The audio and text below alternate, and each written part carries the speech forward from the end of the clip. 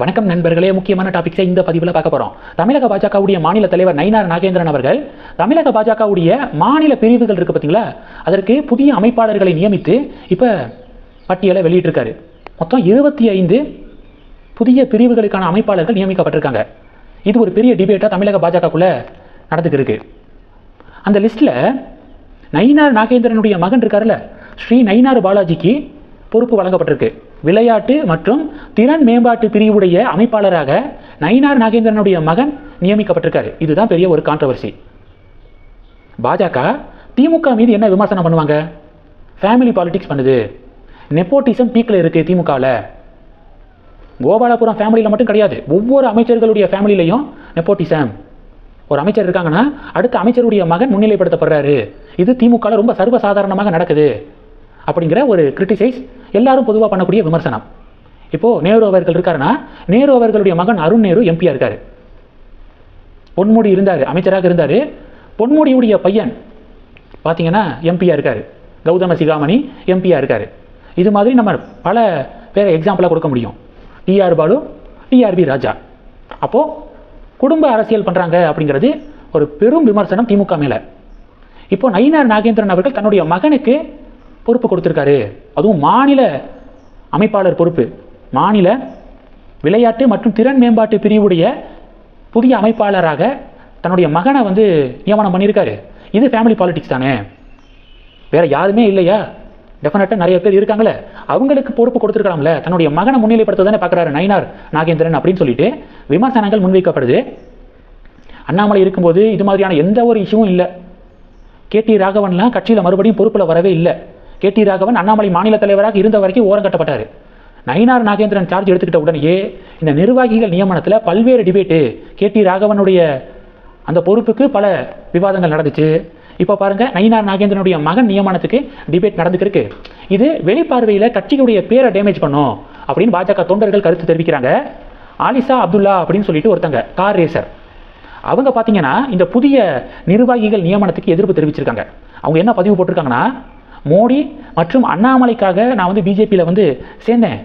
ஏன்னா மோடியுடைய அண்ணாமலையுடைய விஷன் ரொம்ப கிளியராக இருந்துச்சு. நோ ரிலீஜியன் நோ கேஸ்ட், அதாவது மதத்தை பார்த்தோ ஜாதியை பார்த்தோ அவங்க இயங்கலை. ஆனால் இப்போது கம்ப்ளீட்டாக வேறு மாதிரி ஆயிடுச்சு.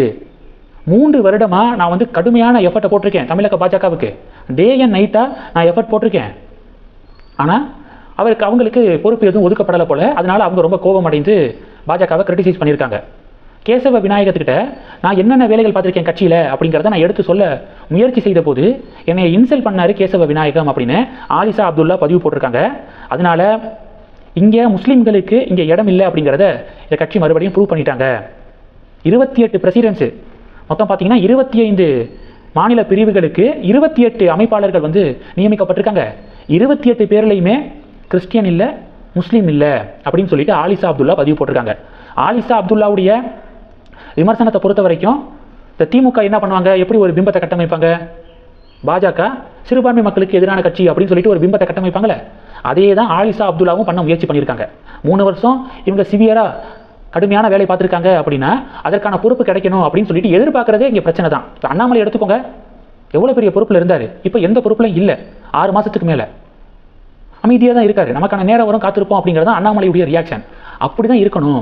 பொறுப்பை எதிர்பார்த்து பதவி கொடுப்பாங்க, தேர்தலில் சீட்டு கொடுப்பாங்க அப்படிங்கிறத எதிர்பார்த்து வேலைகள் பார்த்தா ஒரு நாள் கொடுக்கலைன்னா அது அதிருப்தியை உண்டாக்கும், கட்சிக்கு எதிராக பேச சொல்லும், கட்சியுடைய பேரை டேமேஜ் பண்ணும், கட்சியுடைய நேமை கெடுக்கும். அப்போது கட்சியை வளர்ப்பதற்கு, கட்சியுடைய கொள்கையை பொதுமக்கள்கிட்ட கொண்டு போய் சேர்க்கறதுக்கு, நிறைய பேரை உள்ளே இணைக்கிறதுக்கு எஃபர்ட் போட்டுக்கிட்டே இருந்தால் ஒரு நாள் இல்லை ஒரு நாள் டெஃபினட்டாக கட்சியில் அங்கீகாரம் கிடைக்கும். இந்த ஸ்டேட் பிரசிடென்ட் பண்ணாமல் இருக்கலாம், இந்த ஸ்டேட் பிரசிடென்ட் தான் லைஃப் லாங் இருக்க போகிறாரா? எவ்வளவு காலங்கள் இவர் மாநில தலைவராக இருப்பார்? அடுத்து ஒரு புதுசாக ஒருத்தர் வருவார்ல, அவர் மூலமாக டெஃபினட்டாக பொறுப்பு கிடைக்கும். அப்போது அவசரம் இருக்கக்கூடாது. பாலிடிக்ஸில் வந்தோடனே பதவி கிடைச்சிடணும் அப்படின்னு எதிர்பார்க்குறதே தப்பு அப்படிங்கிறதான் பொதுவான ஒரு ஃபீட்பேக்காக இருக்குது. அப்போ இந்த வீடியோவில் 2 விஷயம் பார்க்குறோம்.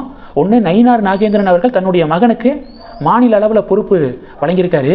இது ஒரு பெரிய டிபேட்டாக மாறி இருக்கு.